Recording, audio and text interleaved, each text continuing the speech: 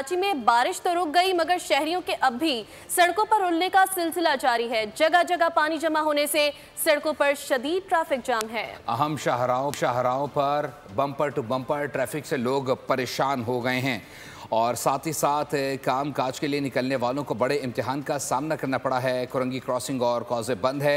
जाम सादिक पुल, Korangi industrial area और क़यूमाबाद पर traffic का शदीद दबाव है। शहरी मिनटों का सफ़र घंटों में तय करने पर मजबूर हैं। इसी पर मज़ीद तफसीलात जान लेते हैं खुरम गुलजार से। खुरम, बताइएगा।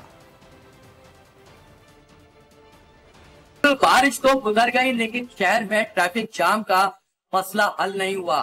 शहर के मुख्तलिफ शाहराहों पर जगह जगह सीवरेज का पानी के साथ बारिश का पानी मौजूद होने की वजह से शहरियों पर शदीद मुश्किलात पेश आ रही हैं। अहम शाहराएं ट्रैफिक जाम में फंसी हुई है। मुतादिद गाड़ियां ट्रैफिक जाम में फंसी हुई है। बात करें सैलाबी रेलों की तो मलिन नदी में दुखियाने की वजह से रोड और कुरंगी कॉज पे मुकम्मल तौर पर ट्रैफिक की वजह बंद है, जिसकी वजह से ट्रैफिक की रवानी शदीद मुतासिर है। जाम सादिक पुल हो गया, कुरंगी इंडस्ट्रियल एरिया रोड हो गया और साथ ही एक्सप्रेस वे है। इन जगहों पर क़यूमाबाद पर ट्रैफिक जाम की सूरत हाल है। शहरी हुए वो कई घंटों से जो है ट्रैफिक की जाम में फंसे हुए हैं। पानी बारिश का मौजूद है।